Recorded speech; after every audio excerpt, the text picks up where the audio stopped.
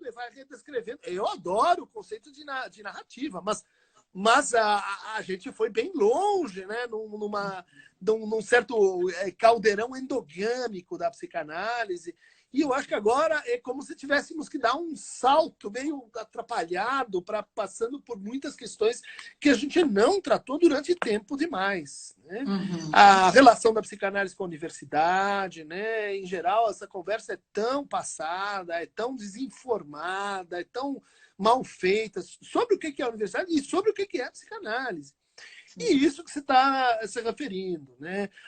Quando a gente fala psicanálise em espaços públicos, né? Então, jornais, mas também na definição de políticas públicas, em revistas, quando a gente fala da psicanálise para leigos, isso muitas pessoas dizem assim, não, isso é narcisismo da pessoa que quer ter mais pacientes. Você vê aonde a conversa está muito longe da gente se entender participando também, né? Na conversa das artes, na conversa da ciência, na conversa da política, na conversa das formas religiosas. Né? É parte, no meu entender, da formação do psicanalista pensar a sua transmissão para além vamos dizer assim, formação de outros psicanalistas que estão ali com eles, com elas, né? E nesse processo mais longo. Como que a gente fala do que a gente faz? Né? E durante 50 anos, durante 70 anos, a gente fez, com raras exceções, né? Hélio Pellegrino, exceções justamente complicadas, né? Com raras exceções, isso foi amaldiçoado, né? Isso foi uma coisa que até hoje a gente enfrenta um repúdio muito forte. Né? É uma posição assim, a psicanálise não pode opinar e estar presente no debate público, porque daí ela se direciona para cá ou para lá. Bom, é óbvio que existem várias psicanálises, né? Que ninguém é dono desse conjunto e que os conflitos políticos eles se desdobram em conflitos entre psicanalistas, entre formas de entender a psicanálise. Nem sempre essa tradução é direta. Né? Mas nós ainda estamos discutindo se cabe ou não política. Isso é muito atraso. Né? Sim, sem dúvida, sem dúvida. Pois é, a transmissão da psicanálise, quer dizer, a gente estava amarrando novamente a formação, a transmissão, que é a psicanálise, né? Na sua prática clínica, o que você tem observado aí como uma produção do isolamento social, da pandemia, de tudo que o psiquismo tem produzido aí nesse momento? Muitas coisas, né? Inclusive a recolocação dessa pergunta. Isso é psicanálise? Né? Dizer, uma tela, a pessoa falando. Exatamente. Você faz uma intervenção, a pessoa diz, explica que eu não entendi. O tempo da linguagem é outro. Mas, por outro lado, acontecem coisas também. Você diz... as transferências se modificam, não sei se você percebe isso. Algumas pessoas se sentem muito mais assim à vontade para praticar a regra fundamental da associação livre. As sessões elas se multiplicam no tempo, se diversificam no espaço. A gente tem essa interveniência do adoecimento, da Covid, que assim está chegando mais perto, está chegando mais próximo. As pessoas estão sonhando muito mais, estão sonhando de forma mais intensa, estão sonhando de forma mais vívida. Né? Nós estamos todos no sonho da barba do tio Joseph, né, que o Freud fala na interpretação dos sonhos. Né? E a gente já tem interveniências, eu acho que interessantes, e outras nem tão interessantes, mas, em geral, o quadro é assim de exaustão e crítica. Né? Porque as pessoas, de fato, sob confinamento, estão próximas, ou mais próximas de situações limites. Né? no casamento, na vida erótica, na vida desejante, né? Tem acompanhado aumento de violência, aumento de autoviolência, aumento de angústia, né? Nós estamos... É uma emergência, um estado de emergência para a saúde mental em geral e para a gente que está na... não é o fronte do quem está no convidário, quem está no hospital e etc.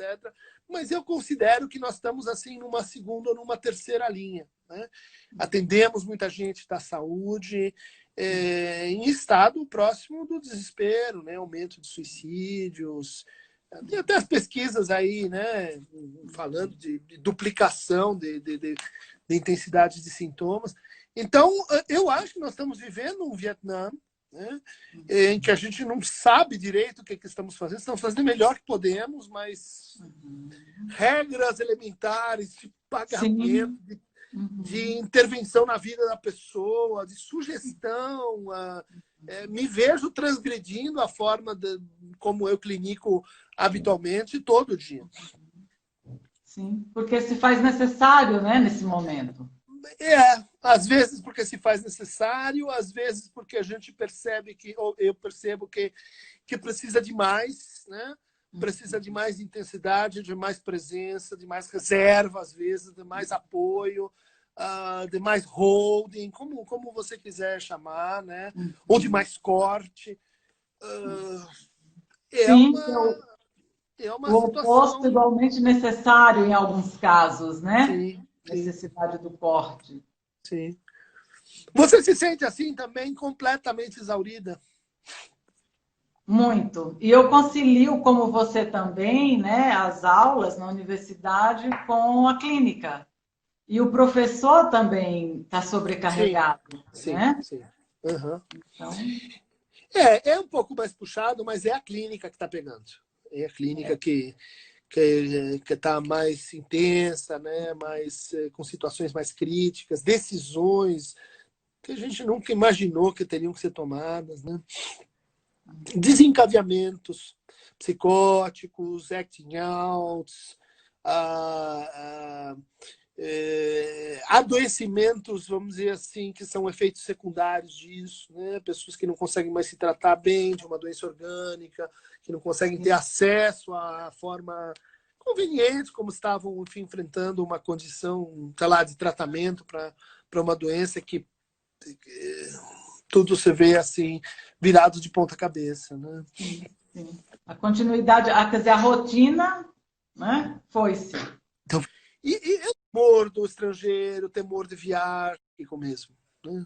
As elaborações, né? Durcharbeiten, Traumarbeiten, Trauerarbeiten, né? São todas... As pessoas estão exaustas porque elas estão trabalhando muito. E não é só na entrega aí dos trabalhos, né? Sim, sim.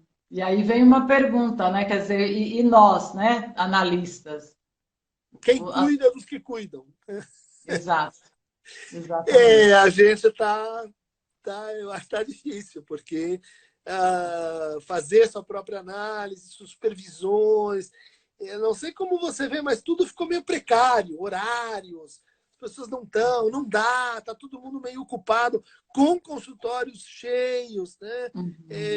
Sem horário para justamente fazer essa descompressão que em outros momentos é tão importante, né? Mas você sabe que, para mim, o pedido para supervisão clínica aumentou.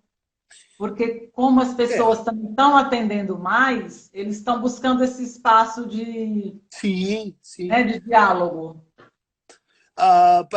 Para mim também, mas você não consegue manter a periodicidade que você gostaria, você não consegue ter a extensão para acompanhar aquele supervisionando iniciante, né?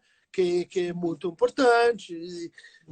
Fica assim abaixo do que, pelo menos eu costumo fazer, né? É o que dá, é o que tem para hoje, como todo mundo está dizendo, né? Tá, eu vou só dar uma espiada no relógio para a gente não... Estamos quase encerrando, né? Chegando aí. Temos alguns minutos ainda, sim. Eu queria, Christian, ouvir, né, no seguinte sentido: depois que isto, entre aspas, passar, né, mas que o convívio social voltar, a gente voltar ao consultório. Agora a gente tem, eu acho que já dá para sentir uma outra rotina.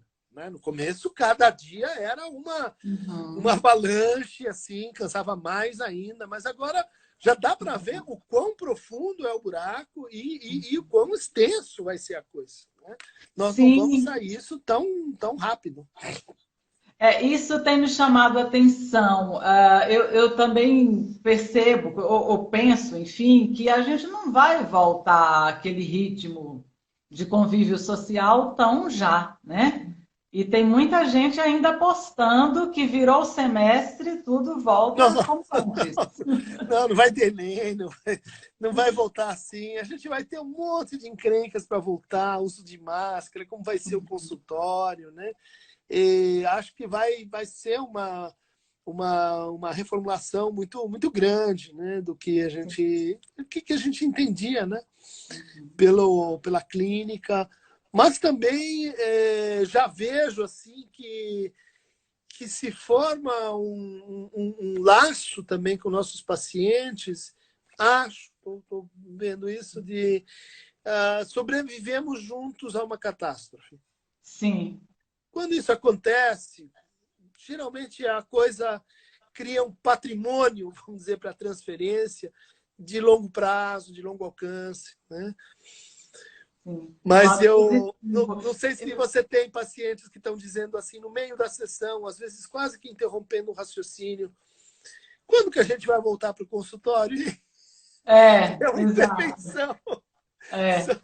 Quando vai terminar isso aqui? Quando vai voltar? Mas, por outro lado, eu tenho observado também alguns pacientes, principalmente aqueles com poucos meses, né, de análise, que, de repente, a coisa foi. Quer dizer, de repente, entre aspas, né? Mas Sim. Voltar para casa, estar mais junto com a família, mexeu numa série de questões que ele está conseguindo olhar mais para dentro dele. E essa é a parte que eu tenho gostado e até assim, acho que vai ser um impacto social interessante. Acho que tem havido uma deflação narcísica muito grande. Né? Menos controle, menos grandiosidade, menos identificações heróicas, né? As pessoas se vendo com uma cultura da escassez, com perda de dinheiro, com perdas de amores, né? É uma dieta narcísica, pelo menos os meus estão passando por uma dieta narcísica que eu acho que bom, que a realidade ajudou nesse sentido. Claro que no outro é encrenca também, né? Rumo a uma posição depressiva da Melanie Klein? Não, acho que nem tanto. É mais assim, porque nesse caso é uma deflação narcísica sem redução paranoica. Os paranoicos continuam. Porque a cloroquina, porque a Rússia, porque a política. Tá vendo como eu sempre disse que o perigo estava em todos os lugares? Tá vendo como eu tinha razão? Acho que também essa situação acentuou aqueles traços mais fortes, né, de cada estrutura. Sim. Acentuou, delineou melhor. Né? Eu tenho notado uma coisa curiosa, que assim, certos sintomas intocados vêm à luz. Nunca te falei disto, mas eu conto os azulejos todo dia no banho, e se eu não fizer isso, o dia vai ser péssimo. Mas isso é uma bobagem, né? Blödsinn, como dizia o pequeno Hans. Então eu nunca trouxe para análise. Mas, por favor, você nunca falou disso aqui? Não, mas agora eu e o banheiro estamos numa relação mais assim, íntima, né? Falei, legal. Tem coisas saindo debaixo do tapete. Exatamente. O que é uma grande oportunidade de crescimento, né? Poder olhar para isso. Eu acho que é vamos dizer assim, um refinamento das pessoas na relação assim, né? Diminui um pouco o trabalho, diminui as notícias, os shows, você vai reduzindo um pouco a coisa, aquela conversa em torno da Covid e tudo, mas daí vai emergindo que o assunto assim importante, o que pega mesmo é você, né? Exato. Como diz o Aí, Roberto Carlos, esse cara sou eu. ou você começa a ajustar contas ali domésticas, ou não Uhum. tem muito mais assim, né, para fugir, para Sim. olhar para o lado, né? E quem consegue, né, mergulhar nisso, acho que é a grande força que vai ter para enfrentar é contar consigo mesmo, né? Se aguentar, né? Sim. Essa é uma formulação que vem aumentando. Como é que eu faço para me aguentar? Eu Sim. estou percebendo que não é o chefe, não é a esposa, não é o filho. Eu não me aguento. E daí preciso, sei lá, fumar, beber, bater, xingar.